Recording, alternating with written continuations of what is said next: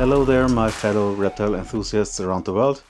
My name is Ingo Hess from Napalm Reptiles. I'm an Austrian reptile keeper and breeder for around 25 years now. And today I want to make a short video about how I keep and raise baby leachies. Because I often get asked, hey, my leachianus baby isn't eating, it's not growing, what should I do? And that's not a topic you can cover in 2 to 3 sentences, so I figured I'd make a short video for you and explain how I raise and keep my baby leeches, what I do in the rare cases that they really don't eat, what might be the issues if they really don't eat, and a small tip or trick how to get them to eat. Okay, let's get started. Okay, first step. Let's pretend this nice melanistic leachianus baby just hatched, which it didn't. I don't put them in the raising tub right away because I prefer to raise the babies on natural soil, and this can lead to issues with the first shed. Instead, I put them in small cricket boxes with holes for ventilation, and I put a paper towel at the bottom, and most importantly a small piece of cork bark. This is very important to help them shed for the first time.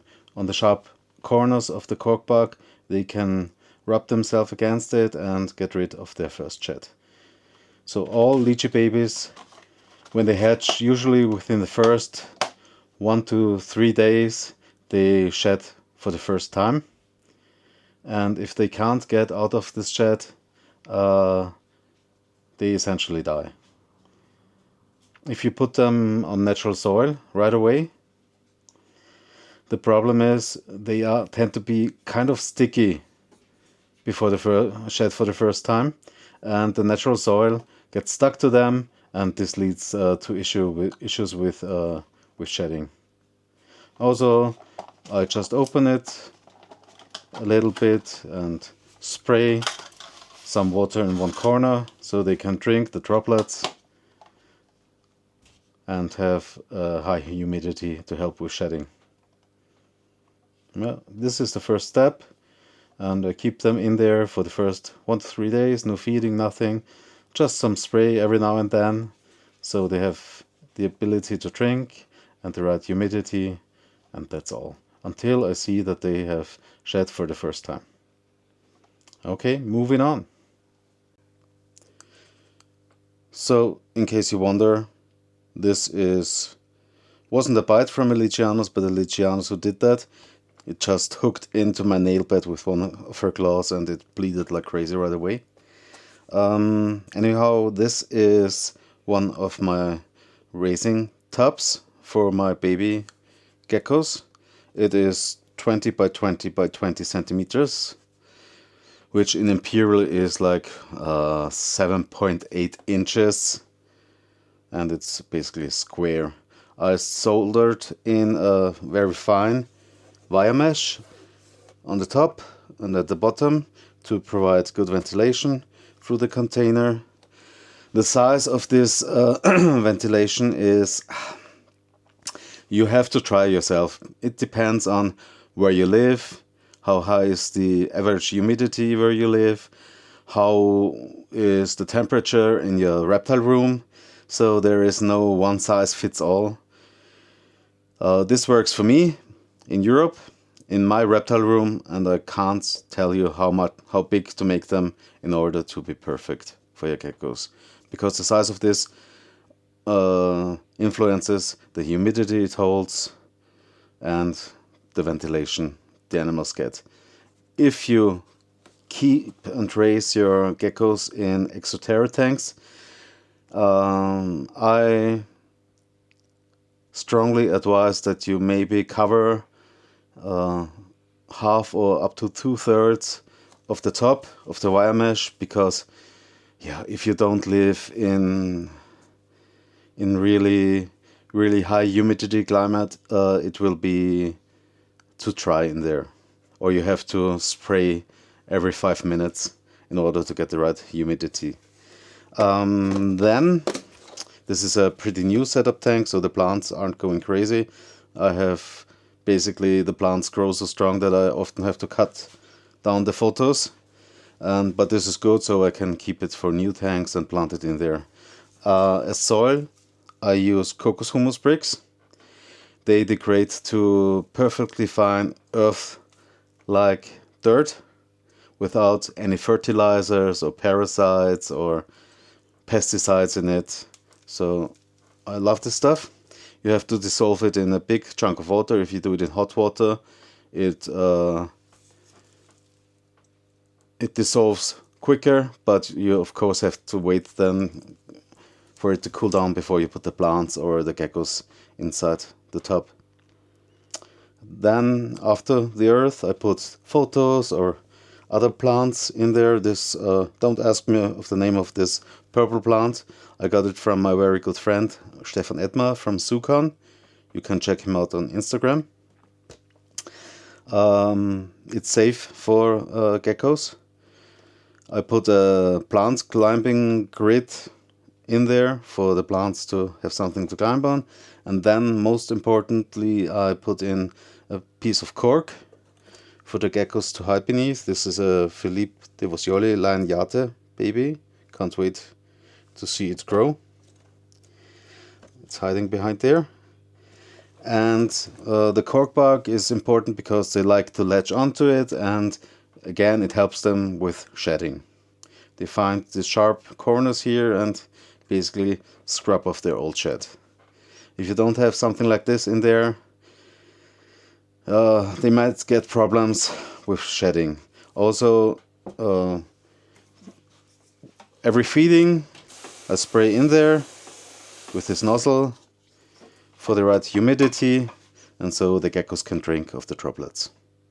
One more thing about the feeding.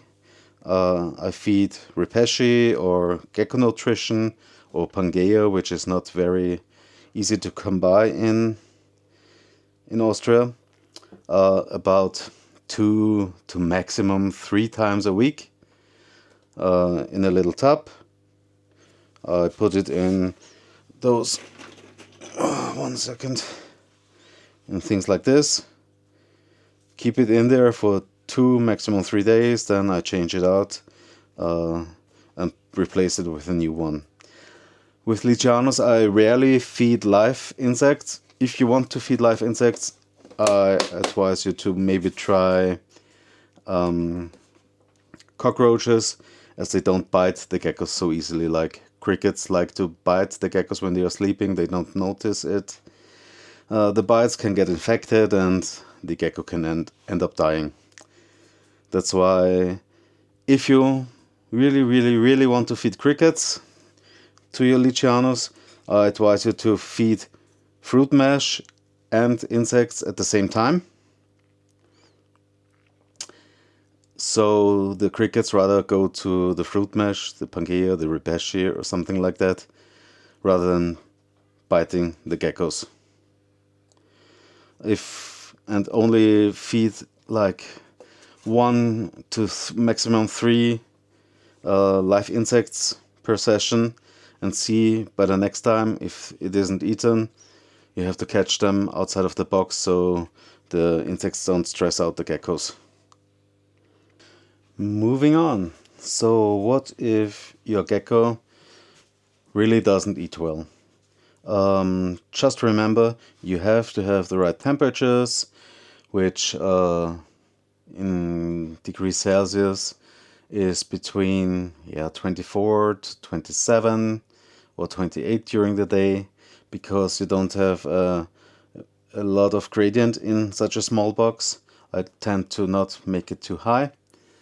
And in winter nights it can go down to 16 at lowest, better 18 degrees Celsius. But has to climb up during the day to at least 24-25 degrees Celsius during winter. Of course, this will result in a little bit of a slower growth rate, but I'm not concerned in growing them as quickly as I can. I just want to have healthy animals. But if humidity and temperature and the setup is perfect and the animal still isn't eating on its own, remember, if you get a new leachianus, you have to let it settle in for a few days or even weeks. They won't die if they don't eat for a week. But if you really notice there are no licking marks in their meal replacement diet, or you don't see poop anywhere for a longer period of time and they get skinnier visibly, well, then you might to try one of the few things I'm showing you now. First off, try to get the gecko out of the enclosure with as little stress as you can. Okay, here again, the Philippe de Voscioli line, Yate. As you can see, it's a perfectly healthy, chunky baby leachianus. Loving the dark color and the dark banding. Thanks to Jiří Hofjurek for this animal. And then you take a fine spray mister and keep your fruit mash handy. It's getting a little squirrely. Spray gentle, and once you see that it licks drops from its nose, you wait until it licks it on their own. You just hold the fruit mash to the nose. Oh, see, this one didn't work out. You have to be patient. Put it. It wants to jump at the lens all the time. Crazy. Oops. Don't. So turn it away from me. And once you see it's licking on its own, just hold the fruit mash ever so slightly close to the animal, so it basically licks the fruit mash up on itself. Don't force feed it, just hold it close enough so the animal licks it on itself. Again, it just wanted to get rid of the water droplets from its eyes and started to licking then. And then you just have to be patient and put the fruit mash close enough so it basically licks from the fruit mash on its own. And once it has some tongues full of it, that's enough. You don't need to stress it out any further. Just put it back in the box. If you hear anything in the background, this is my whippet dog trying to tell me we have to go for a walk by taking the leash. So you see, it's not really stressed out a lot. I put it back in its enclosure. And after that, the best thing, most geckos have a preferred sleeping spot. And the next trick you can do is to put it right below their nose on their favorite sleeping spot. So they basically smell it while sleeping in there. This is not this animal's preferred sleeping spot. Usually they like to sleep straight with their head straight down on one of the sides, and then I put the bowl with food right under their nose.